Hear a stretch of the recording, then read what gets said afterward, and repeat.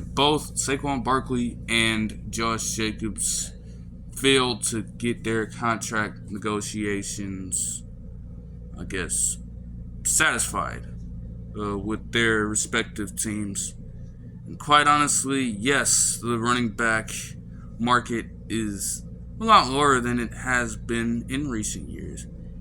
And yes, there are you can honestly, teams in this day and age are so deep with running backs that you can honestly afford to do stuff like this. It may not cost you, but I still believe that when you get great running back talent, you gotta find a way to retain it. So there's still a couple things I just don't understand, honestly, especially about Josh Jacobs not getting his contract. Why exactly that is the case, I'm not sure, but I can only try to do my best to break the situation down, so I'll get straight into it.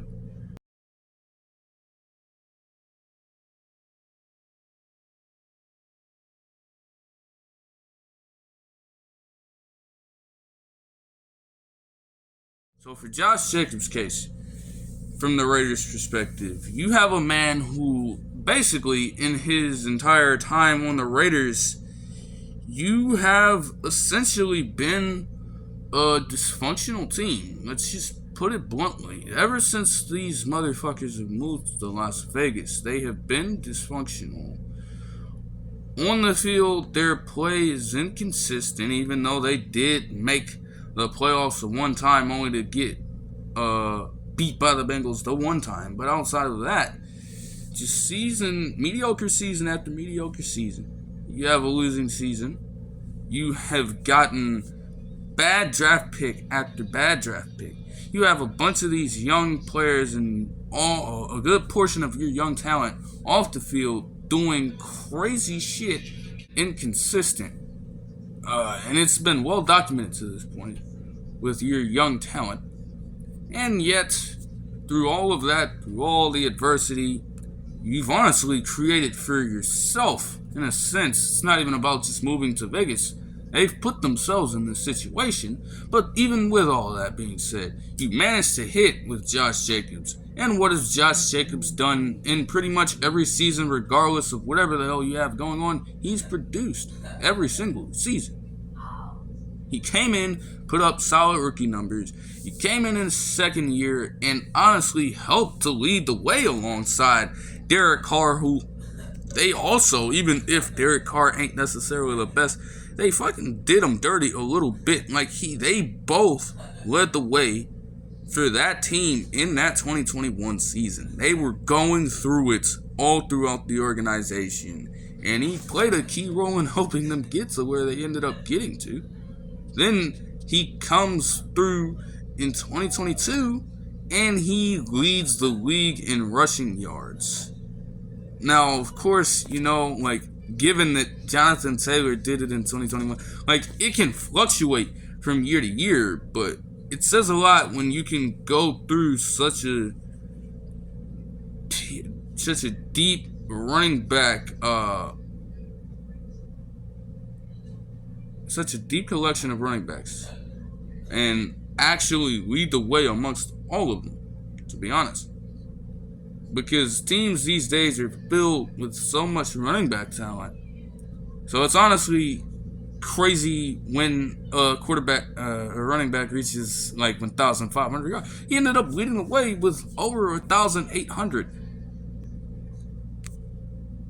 He has consistently answered the call season to season. You can't invest too heavily in running backs, that's fair to say. There's obviously the risk that Josh Jacobs, if you give him a lot of money like that, he may not keep up the same output.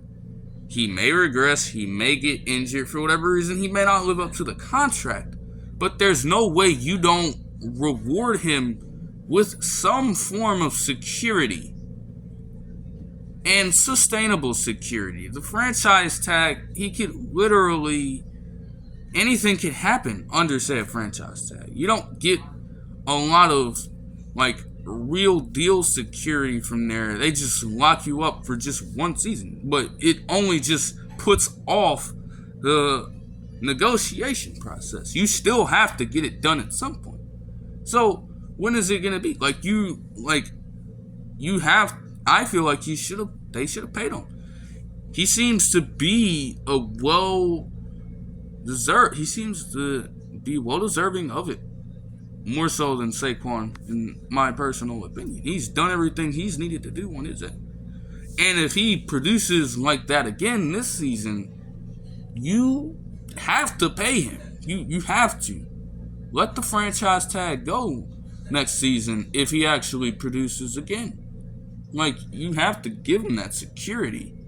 You have to lock up that talent because he is literally, in their entire time they've been in Vegas, he's been pretty much the only guy that's paid off to this point exceptionally well. You can't just lose him like that because you don't want to fork over a little bit of money. That's fucking ridiculous. For Saquon, you can see why the Giants wouldn't give him the money. Of course, he's had seasons where he's produced, but the problem with Saquon is obviously he's had way more health issues. And obviously, he's sustained a lot more injuries to this point. And injuries that are honestly, you have to take very seriously. He ended up missing 2020. The rest of it, actually, with the injury he sustained then. He's produced when healthy, but it seems like the moments where he's healthy, even then, you have to, every time he gets hit, or every time he lands in an awkward manner, every move he makes, it seems like you have to watch and really look at carefully. And sometimes with you just cannot, there's not really any comfortability when it comes to seeing Saquon Barkley play on the field, even when he is healthy. He has produced when he is perfectly healthy. There's no question about that. But he'll have these healthy spurts, and then he'll get into a game where he's healthy, but he'll suffer a random injury. It's not necessarily something you can invest in this day and age. It's hard to do. You want to have some level of consistency from your running back if you're even going to think about dishing over all that money in the first place. And if you can't get even an ounce of that from your franchise running back, even if he is good, even if he has put up the numbers he needs to put up, you just can't. You can't invest in that. You have to hold off, and it's fair. I think it would be good to give Saquon Barkley at least one more season of consistent production, no prolonged severe injuries. Injuries are gonna happen. It's a part of football. It's a part of football. They're gonna happen.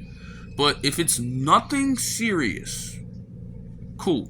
Give him one more season of that. I'm sure he'll get paid in no time. But it is crazy that you paid Daniel Jones so willingly. It's nothing against Saquon Barkley. He's a great running back. But you can't have your team having to wince and cringe every time you're on the field. It's not sustainable for either side.